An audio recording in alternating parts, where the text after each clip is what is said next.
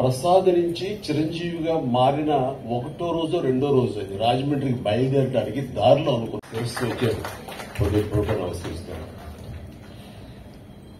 But ఆవిడతోటి నాకు అనుబంధం ఉంది అని చెప్పుకోవటం అన్నది నాకు చాలా సంతోషంగా గర్వంగా అనిపిస్తుంది.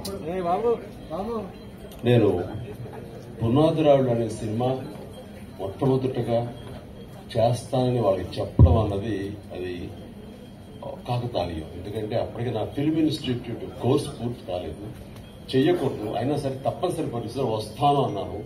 అది 1978 ఫిబ్రవరి మంత్, మార్చి రాబోతుంది.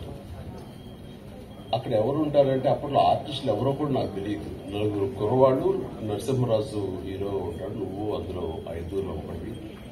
అక్కడికి వెళ్ళిన తర్వాత నెమ్మదిగా ట్రైన్ ఎక్కి రాజమండ్రి వెళ్తుంటే షూటింగ్ సమయంలో నువ్వెవరోతో యాక్ట్ చేస్తావు తెలుసా అన్నారు. తెలీదు. మహానటి సావిత్రి గారు ఉన్నారు, ఆవిడ కాంబినేషన్ నటిస్తున్నావు అనేసరికి ఒక్కసారి ఒళ్ళు జలధరించింది. వాళ్ళు నాకు ఎందుకు చెప్పలేదో ఏమో నాకు తెలియదు, కానీ ఇది నిజం అన్నట్లుగా అవాక్య వింటే ఎస్. ఆవిడ రాజమండ్రి పంచవటి హోటల్ ఉండేది అప్పట్లో. ఆ పంచవటి హోటల్లో రూమ్ లో సేవలు తీరుతున్నారు, రండి పరిచయం చేస్తామని నన్ను తీసుకువెళ్ళారు. ఆవిడ చూడగానే అసలు అవాక్కైపోయాను, నోట మాట రావట్లేదు. ఈవిడైనా ఎన్నాళ్ళు తెరవేదావి. నేను మా నాన్నగారు అభిమానించేవాళ్ళం.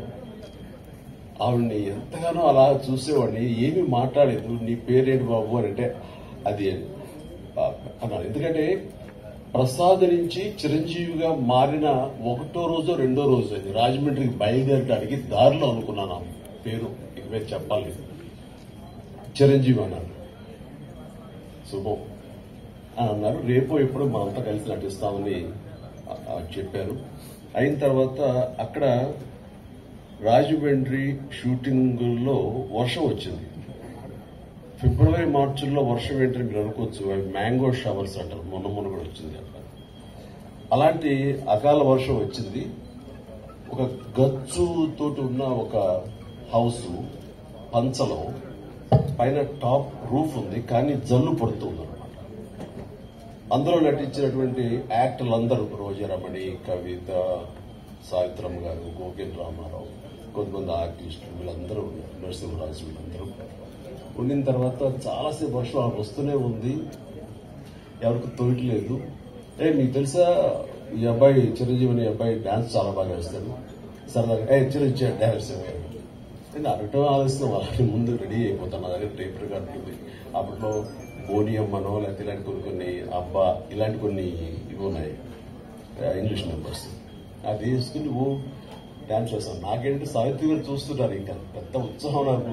అలా చేస్తుండగా ఆ జల్లుకి నా కాలు జారి గబ్బుకుని కింద స్లిప్ పడిపోయాను.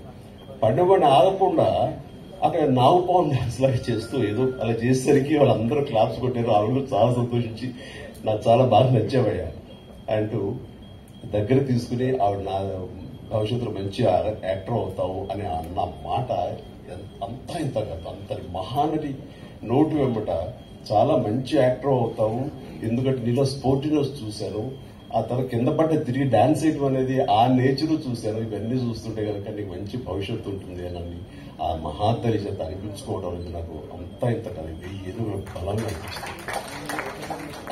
ఆ తర్వాత మళ్ళీ ఆవిడతోటి మరొక సినిమా చేసే అవకాశం కలిగింది. అది చాలా రోజుల తర్వాత, అంటే 1980లో.